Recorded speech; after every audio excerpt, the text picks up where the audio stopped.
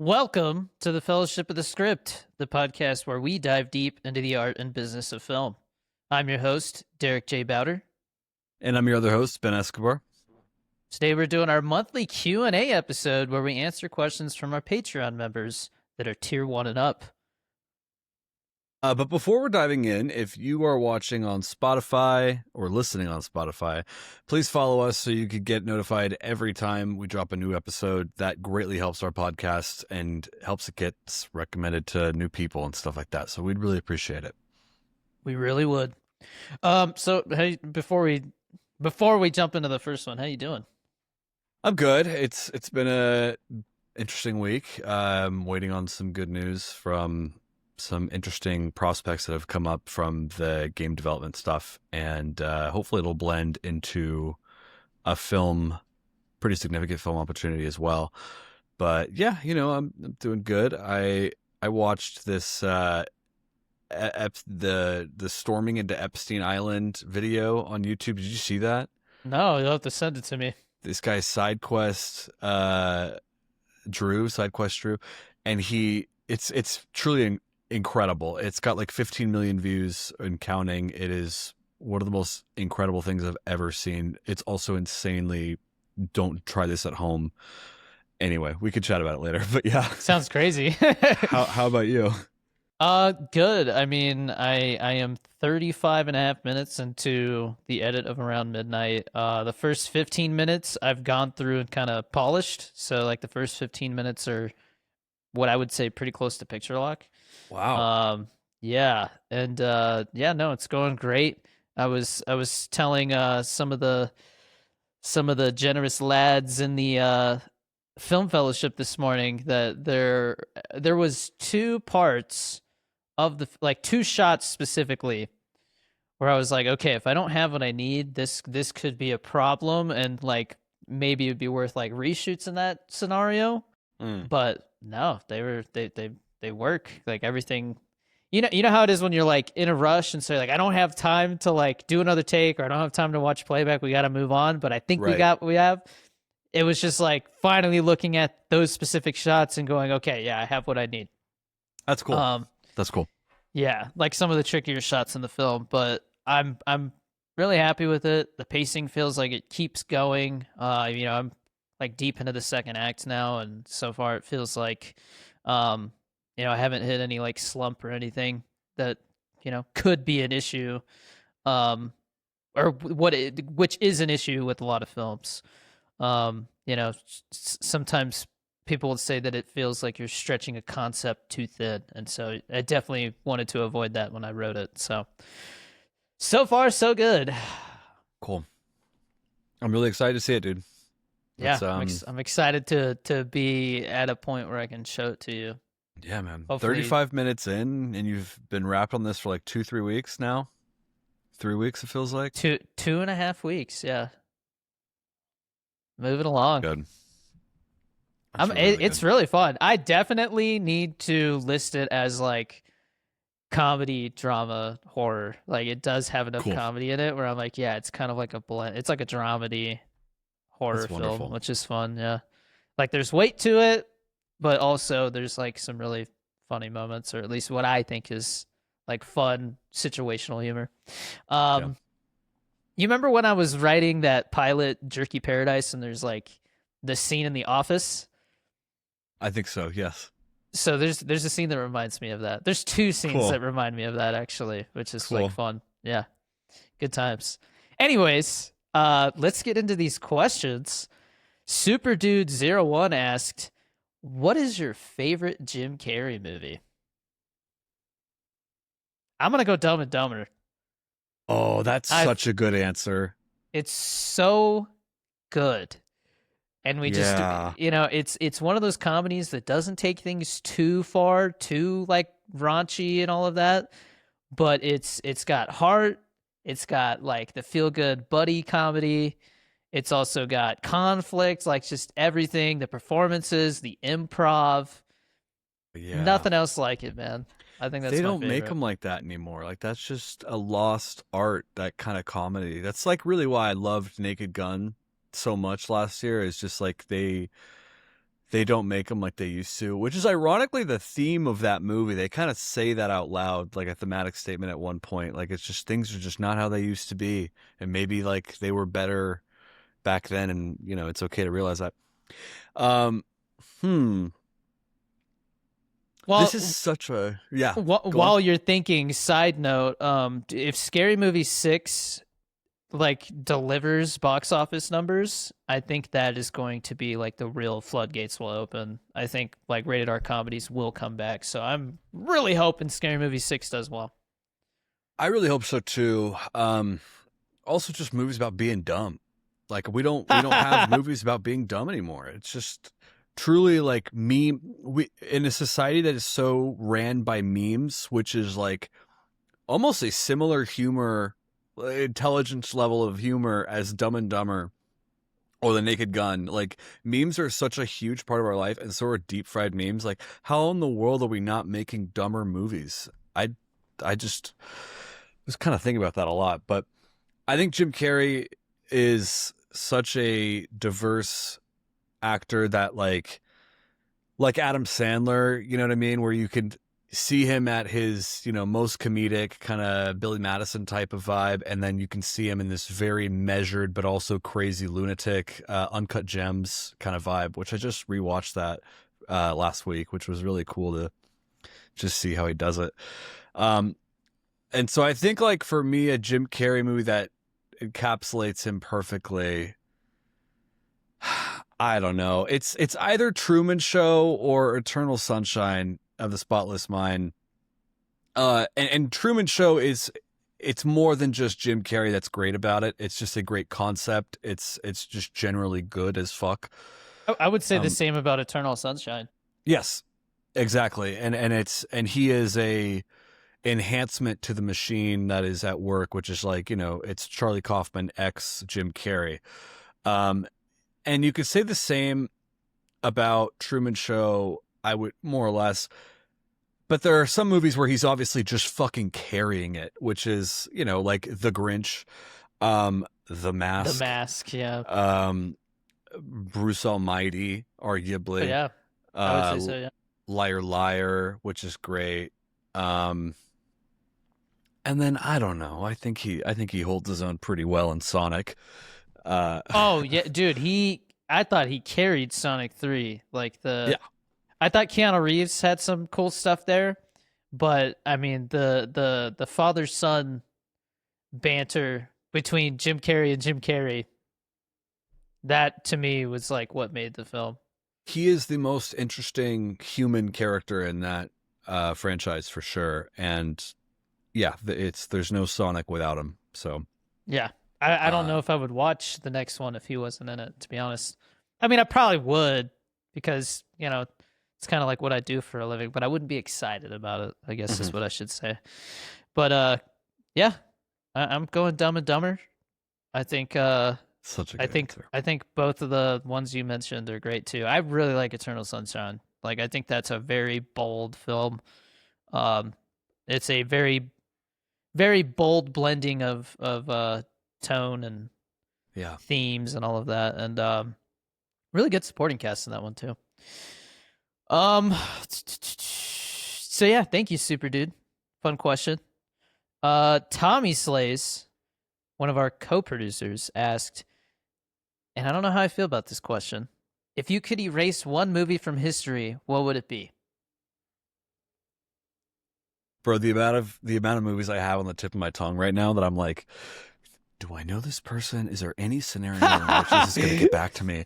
I'm like, um, I understand that some people make films because that's what they got tasked with and they got to like pay their mortgage and stuff. I get it, But I will say before I say this, I I also the reason why I say I don't know how I feel about this question is because when I look at a film, I no longer just see entertainment. I see like that's how a bunch of people paid their mortgage. That's jobs, and I never want to be like, "Oh, I wish those jobs never existed for that, period of time while they were making that."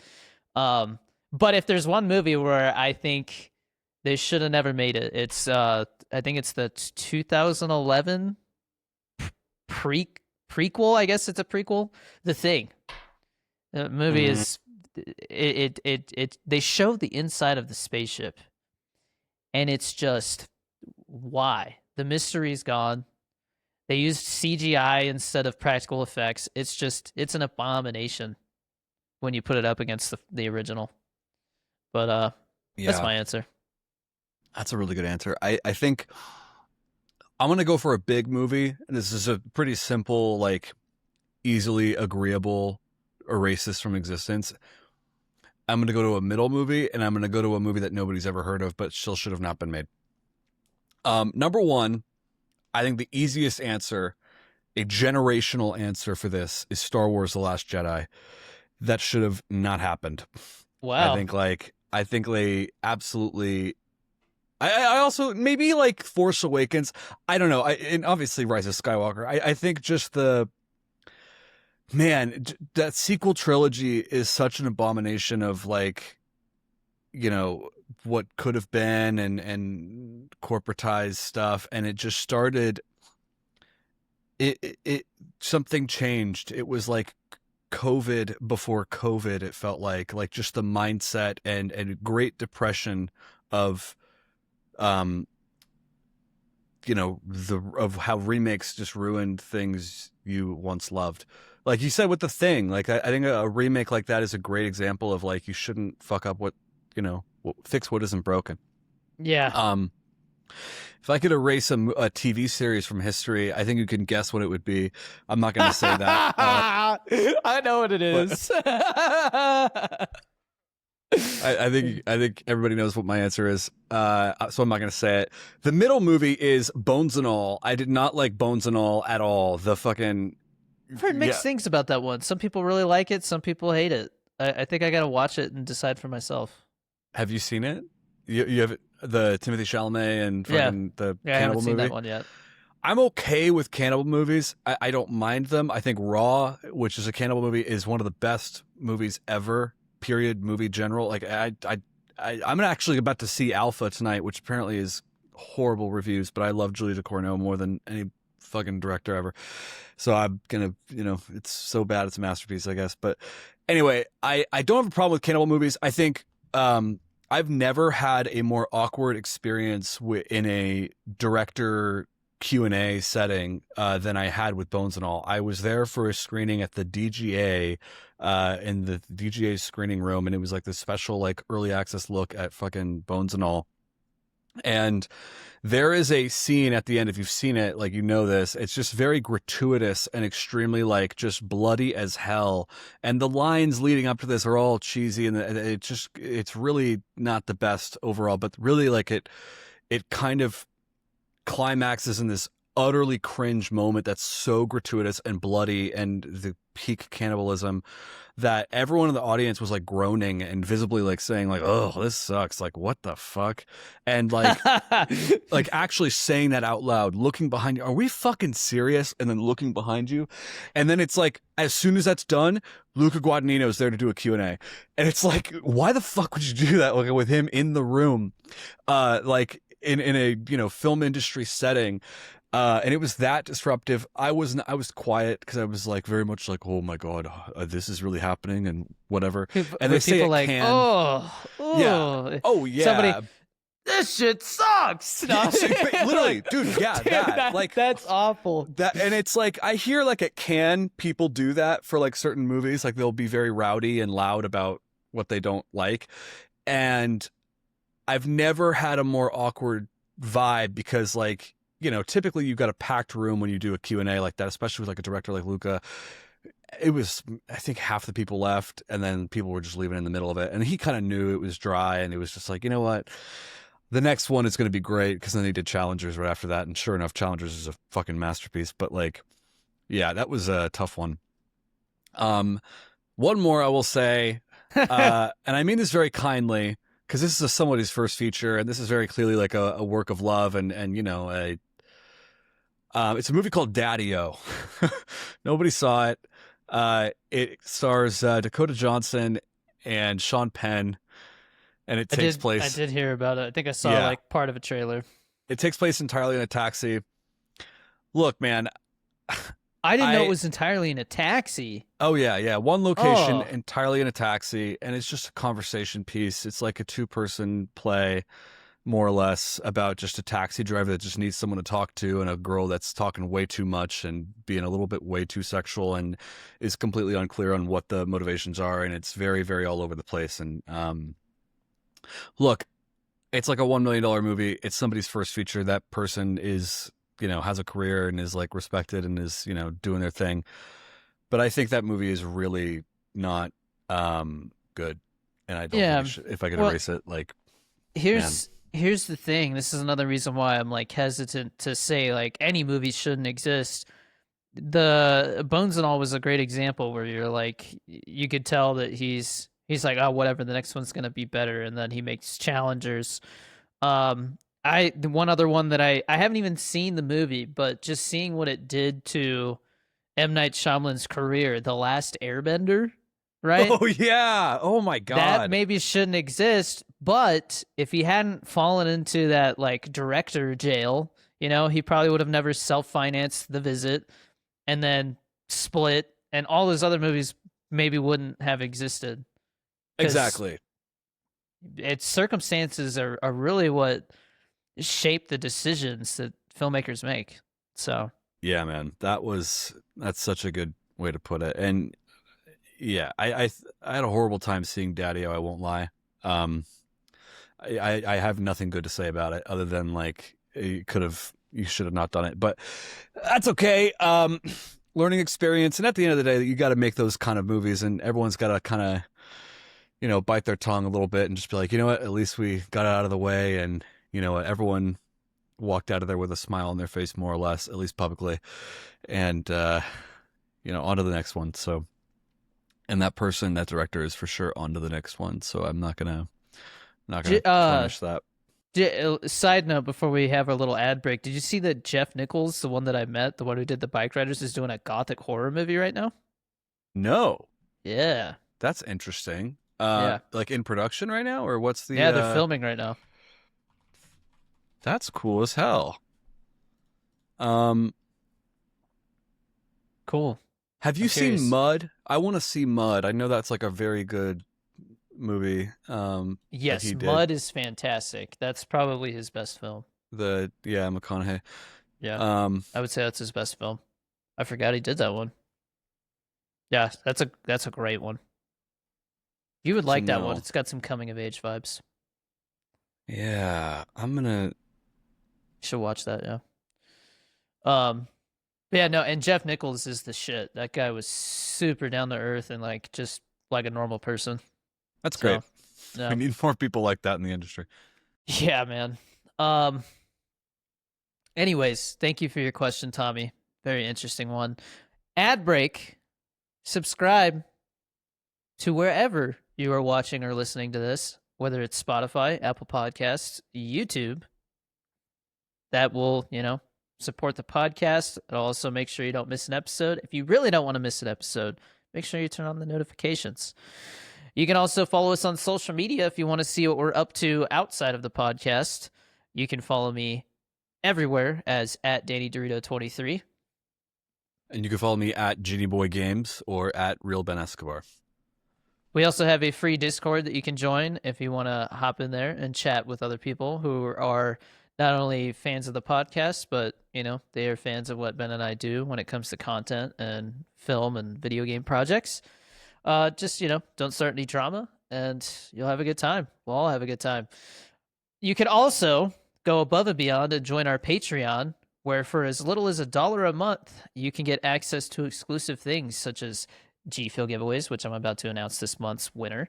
You can get access to our monthly hangout, which is really chill and laid back, and our film fellowship, which is where we talk about filmmaking and the projects we're working on. Had some fun talking to Cal and Tommy this morning about around midnight and, like the current state of the industry. And you can also get producer credits. Like some of these people who asked questions, they are producers. They get credited on IMDb as producers, which is really cool. And you can save 15% by subscribing to the Patreon annually. So save yourself some dinero. You can also use G Fuel code DannyD for 20% off. That is my go-to energy drink. I am sponsored. Ben can attest to how good it is. I am drinking some of the Juice 2.0, which is my recommendation this week. Drinking it in my Mortal Kombat shaker. Nice. Uh, It's called the Juice. the Juice. That's cool. Like OJ. Yeah. It's like a melon. It says orange pineapple melon, but to me it's kind of like a watermelon tropical punch without kiwi because I don't like kiwi. Very good, very refreshing. It kind of tastes like the melon aspect of it reminds me of like a watermelon blow pop. You know, the lollipops have the gum in them. Oh, yeah. Yeah, it's really good. Yeah, I definitely recommend it. And speaking of the juice, this month our G Fuel tub giveaway is a 1.0 tub of the juice. This is 40 servings, great flavor. Just a little chalkier because it's the OG formula, but that goes to Tommy Slays, our co-producer. So congratulations, Tommy. We'll get that sent out. Be reaching out so we can do that. All right, on to our last questions here. We've got a couple from Isaiah Nichols, one of our associate producers. First he said, Derek, what was the hardest part of making your debut feature between producing and directing the feature? Between producing and directing, I would say the hardest part was definitely the financing, like figuring that out, the Indiegogo, all the work that went into that. Definitely the hardest part for me. And then yeah, that's my answer. And then Ben, he asked, what would you say is the hardest part of making a game? Is it writing for the game? Is writing for a game harder than film and TV? Love you guys. That's a Love you great too. question, man. Love you too. Yeah.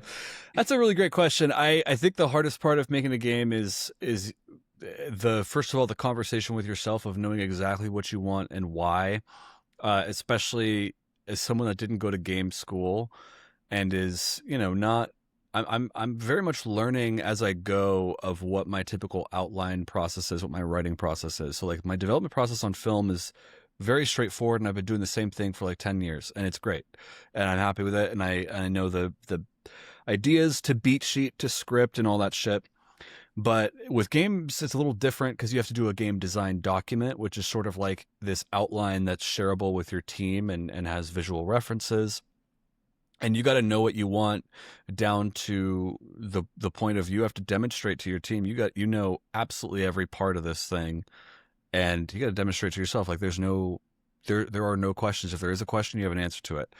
So if you can get to that point where you know this game backwards and forwards, I'd say that's the hardest part to get to. But then that means congratulations, like you can finish this thing, and you know what this takes and this entails. Is writing harder for games? Again, if you know what you want and you know what your mechanics are, for example, if you know if you're going to have voice acting, then or not. If you're not going to have voice acting, then how does this kind of writing come across? If you do have voice acting, then the writing is going to be a little bit different because now you have to practice out loud. How is this going to sound out loud? How is this going to sound out loud with the way that character looks visually and like how their mouth is performing, So I don't know. Correct me if Yeah. I'm wrong, but I feel like with film and TV, the budget constraints definitely have like a much bigger impact as to like what you can make. Whereas with the game, I mean, I was really impressed with what you were able to pull off with such a small budget with Twirl. Thank you. I think it really attests. It speaks to how really like your creative approach and your imagination when it comes to making a video game is like the most important thing, because I guarantee you, and it's the same way with film and TV. I always hear if you tasked like three people to write a script about uh uh Eli Roth's film that's coming out where it's like a serial killer ice cream man. If you tasked three people with writing that, they would all have completely different scripts.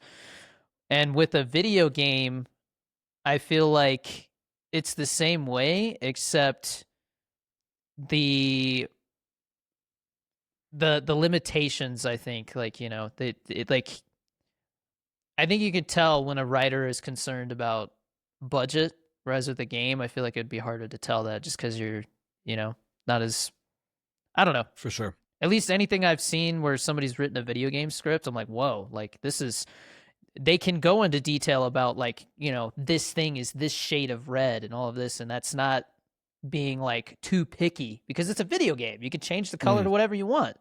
Does that make sense? That's a very good point. There was a moment in making Twirl where I had to furnish a lot of areas in the house to where it's like there's some parts of the house you don't see, but then the parts that you do, I need to have like a table there. I got to have like a little bit of a rug there. I got to have like different things.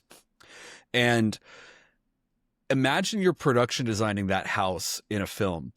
It's very manual. You got to get a bunch of different rugs, a bunch of different tables. And half the shit in Twirl is duplicated versions of another table, but just scaled and resized just very little. And so that cheating element where like on set you'll be like, okay, we'll just cheat it by moving the camera here or whatever the fuck. Like me cheating in a game is like I just duplicated that table and I just decreased the scale here, and you think it's a whole different fucking table. That's and it's crazy. like, it's so cool that way. And that said, with things are easier in games, there's stuff that's harder in games that's easy in film. So, Yeah. But not like I feel like when it comes to writing, it must be kind of freeing to be able to be like as detail oriented as you want, right? I think it is in terms of execution. When you're writing to shoot, it's easier for games. If you're writing to sell, I actually think that film is easier to write. Really? Is it like if you're just handing the script to a studio and they're doing the heavy lifting? I mean, then it's truly about how good can you make your script. How fun is it to read and how good, and it just becomes a technical craft of the script itself. But yeah, I don't know if that makes much sense, but It does to me. yeah. Isaiah also had a bonus question here. What is your favorite It movie? It from 1990, which is like that little mini series. It Chapter 1 and 2, or It Welcome to Derry. I'm gonna go It Chapter 1 and 2. I think those are my favorite, but Welcome to Derry is really good, and the OG like 90s miniseries also has like a sweet spot in my heart. Like I remember watching that for the first time. It has the first half when they're like kids is very Stand By Me like feeling, the 90s version. Yeah, what about you? I agree. I think the 90s for me is the winner. Although I do have a soft spot for Chapter 1. I remember the first Chapter time. 1 and 2 I think it would be cool to see like them together as one film. I think when it comes to the execution, like the budget really shines on those. Welcome to Derry is really good, but it also kind of reminded me of like something like Lost, where it's like, okay, they're kind of like building lore as they go here, and like I don't really know where it's going and if they know where it's going, and that's an issue with a lot of TV shows. I enjoyed it, but it wasn't something where I was like, oh my gosh, I cannot wait to watch the next episode, Whereas It Chapter 1 came out and I was like, dude, I need Chapter 2 like now, you know? And the 90s series, while it does have its like 90s charm to it and like it's made for TV charm to it. You can definitely see like the campiness with the budget constraints. I think Tim Curry gives a great performance as Pennywise. But it definitely doesn't hold up as well as you would think. I think I have it on Blu-ray somewhere, and like I remember rewatching it and going, "Oh yeah, this is really fun." Definitely not as scary as it was when I was a kid, and like it definitely doesn't like. There's some clunkiness to it that you can tell is because it's a made-for-TV like series. Yeah. But anyways, I felt like when I saw Chapter 1, because in high school I watched the 1990 It like multiple times and I really enjoyed it, but then seeing Chapter 1 for the first time like very much escalated everything, like all that clunkiness, all that 90s vibe, like in such a great way, and giving it the feeling of it that you remember in your heart and in your brain of like how perfect it is with Pennywise the clown and how iconic the the boat, the sailboat, and like the you want a balloon, whatever and then like looking in the sewer. The opening moment with what's the fucking kid's name? Georgie. Georgie, yeah, of course, yeah. The opening moment with that is just so iconic, and they clearly like put so much love into that, and I'll never forget when Have I you read the watched. book? No, I haven't, but I hear it's incredibly disturbing. Have Yeah, you? there's the midpoint. There's like a scene where you're like, how the hell is this published? Yeah. Have you read it? Yeah. Yeah. That's it's a It big one. I think I actually stopped around there though. I don't think I read the Mm. whole thing. I think I was like, "What the fuck?" And I was like, I don't know if I want to read the rest of this." And like everybody always complains that the second half is not as good as the first half, and I agree with that. I think It Chapter 2 is better executed than the second half of the 90s series. And I think that's why it wins me over. Hmm. I think that's the biggest factor for me. Welcome to Derry is really interesting. I think there's some really cool lore building and stuff going on there, but it too has some campiness to it at times where I'm like, I don't know. But the kids, the actors that are playing the kids in that one are really good. Curious to see. I know they want to do like 2 more seasons and they're like different decades or something that they're doing. So curious where that's going. But let us know in the comments. What is your favorite iteration of it? Do you like the 90s version, the newer version that's split into 2 chapters? Or are you just like a huge fan of the show?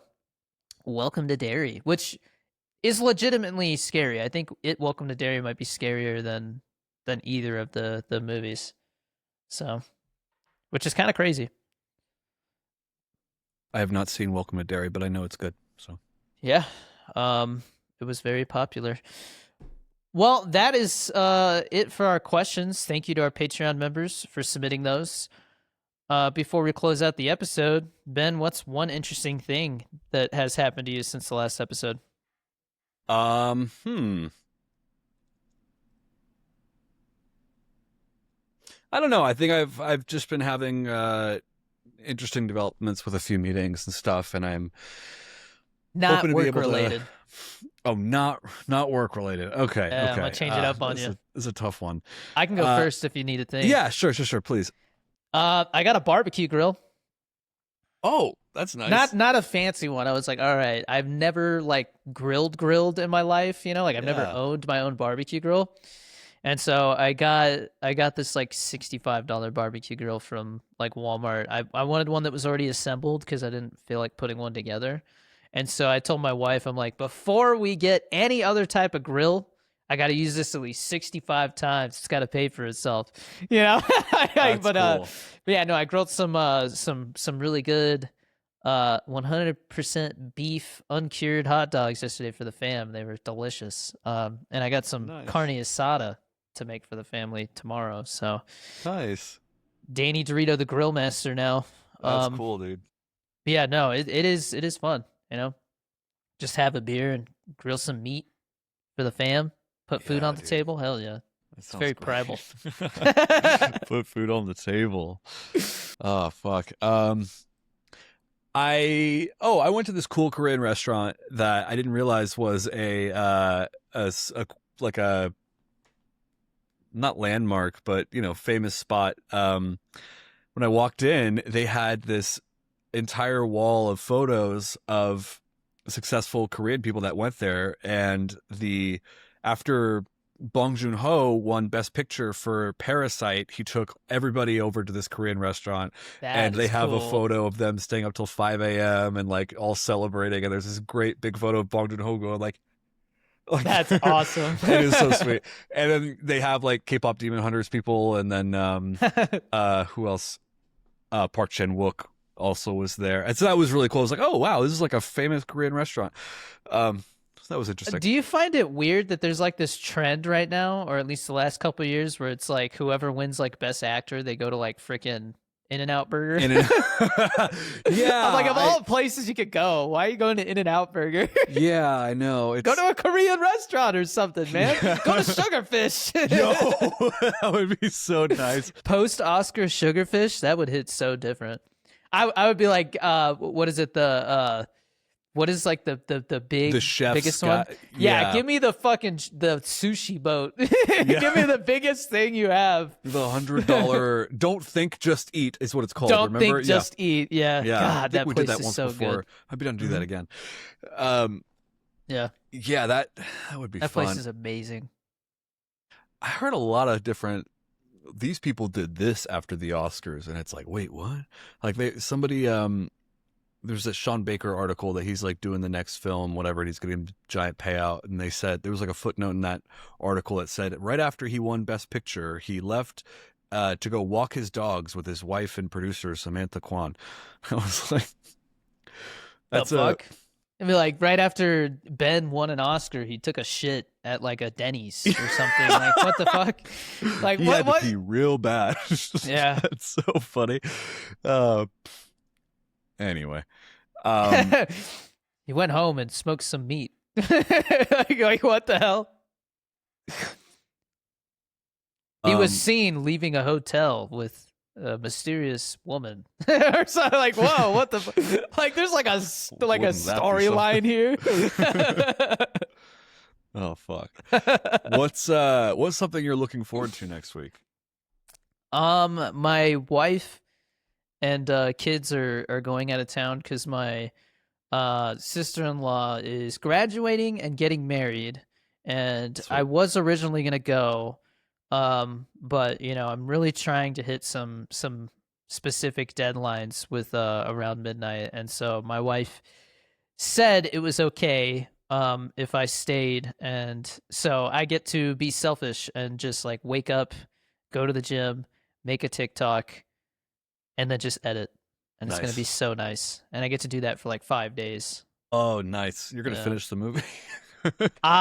We'll see. You're gonna It'll get be close, but yeah. I think I'm going to do, there's definitely going to be a big push. I'll probably get like, 25, 30 minutes done in like 5 days or something.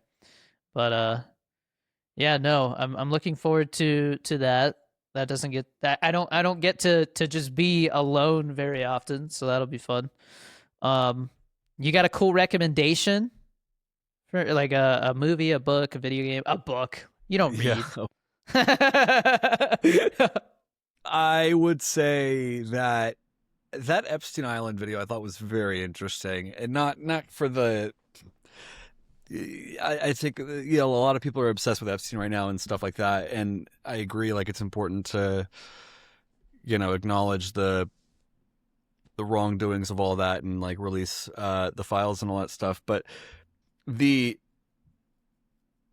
there's something very interesting about that video because take out the Epstein part of it. These kids put their life on their line, put the life on the line to kayak in a hurricane to this island, and they have documented the whole thing. It is edited in a way that Is it creepy? so creepy, incredibly exhilarating on the edge How of your long seat. is it? 30 minutes. It's in 4 parts. 2 parts are for free on YouTube. There's a part 3 that you have to pay a Patreon for, and I did. Fuck off. I'm I not know. watching it now. Part 2 though is the main one. I'd say it's free and that's got a lot of the meat. It's 30 minutes, just that part 2.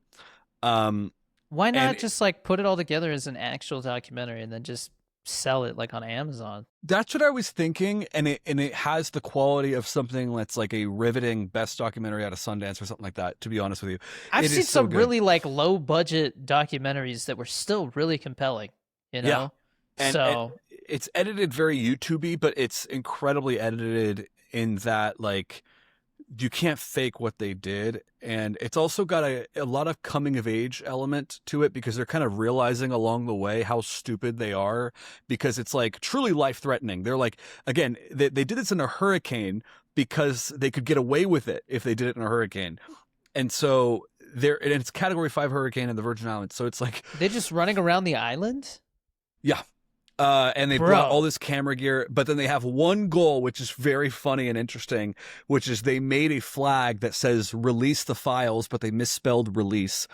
And it's like this fucking thing. And they're like, okay, the goal is at the sunrise, we need to raise this flag and then get a drone shot to say we did it and we need to release the files. But then it's like, they're kind of like not realizing at truly like the scale of what they're doing and how like kind of dark it is, and like there's a lot of like evidence that's like really disturbing that they walk into and they see like there's like guest house with power on. They stay overnight in one of the guest house. It's ridiculous, and it's all on tape. And then they're like having like this come to Jesus moment where it's like, can we just like pray? Because I'm like so scared right now, bro, and I feel like we might go to jail and like ruin our life over this. And it's like you forget you're watching a movie. It's like Project X Files. How did they release that and not get in trouble? I don't know, and I think they might be in trouble, but Shit. it's remains to be seen. But it's truly one of the most insane things I've ever seen, and I just I, you have to see it to believe it. It's like really blowing up right now. Don't try it at home, obviously. Man, I was thinking about. Yeah, I mean, Zorro Ranch is like 45 minutes for me. Dude, did I tell you? There, that Noah Vargas guy. Shout out to Noah Vargas, cool comedian and also a podcaster. He does the Improvised Intelligence podcast, which I was on for an episode.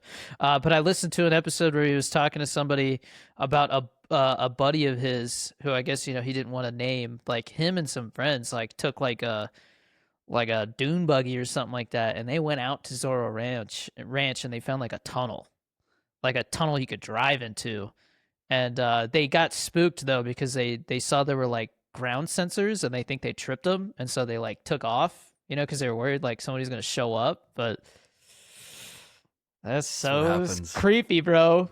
There was like cameras and motion sensors and stuff, but then what's so funny is there's this one fucking guy that's like just the fat idiot friend that makes all the bad mistakes, and he's like, yo, there's a generator here. Should we cut the power? And they're like, no, don't fucking do that. It's not a fucking COD mission, bro. Like, what is it? And it's like the power. Yeah, it's just like insane logic, but like that's crazy that your friends did that. I'd be curious to know, like, yeah, the Zorro Ranch version of that. Let's go. No, I'm kidding. I'm kind of down, but I'm also like scary as shit, man. Yeah, I got a family. yeah, you got kids and shit. That's so true. Oh man. Anyway, that's my recommendation. My recommendation is Beef season 2. I heard it's great. I really want a season 3, and I guess the viewership is down like 40% or something like that from the first season. They took way too long is the issue to like follow up, It is an anthology series, so new characters, new story. Some people complained not enough beef, and I think the reason that people feel that way is because the first season was 2 main characters. This one is 2 couples, and so there's double the main characters to develop, and also 2 episodes less. And so I think if they had 10 episodes, things would have felt a little more fleshed out. There could have been some more beef. But last episode, incredibly well executed. I really dug the vibes. Great score. That's probably my favorite thing about this second season was the score. Really good setups, like great writing, great cinematography, very well-rounded. I gave the first season a 5 out of 5 stars. I thought it was perfect. This I would give a 4.5. So very close, but definitely different. And I hope season 3 goes back to just 2 main characters because I think that was more compelling. But yeah, no, I recommend the second season. Go watch it so that we can get another season. Because I would love to do a season of Beef. That's like a dream job. I already have my own idea for an anthology series someday. And not gonna say it on this podcast because it's one of those things where I'm like, man, somebody takes that idea and like, boom, like they have like the next big anthology series. It's very True Detective adjacent. I will say that. But anyways, yeah, that's my recommendation. Beef season 2. I will definitely be checking out this Epstein documentary thing. That's crazy. Yeah, very curious now. I don't know. I'm gonna find somebody's definitely like ripped the paywall one somewhere. They did. Yeah, it's on there for free. Yeah, I ain't paying for that. That's you getting my YouTube ad money, so But anyways, That's it for this episode. Next episode, I think we're gonna do like a news roundup. We haven't obviously done one of those since season 1, so it'd be fun to talk about what's going on. And Yeah, lots to it chat feels about. like every week there's something big that happens. It feels like so. Yeah, there's a Battlefield movie. Yeah, which I'm like, here we go. They're like, oh, the Call of Duty movie's actually happening. We should probably do a Battlefield movie then. Yeah, Um, I don't know. Depends on who ends up behind that one. I saw Michael B. Jordan's heavily involved, but and Chris McCory, okay, he's directing gotcha. it. Yeah, we'll see. Wow. Yeah. Anyways, as always, I am Derek J. Bowder, I'm Ben Escobar. and this is the Fellowship of the Script. Thank you for joining us for another episode. We'll see you again very soon for another one. Until then, keep creating, keep pushing, and keep telling stories that matter.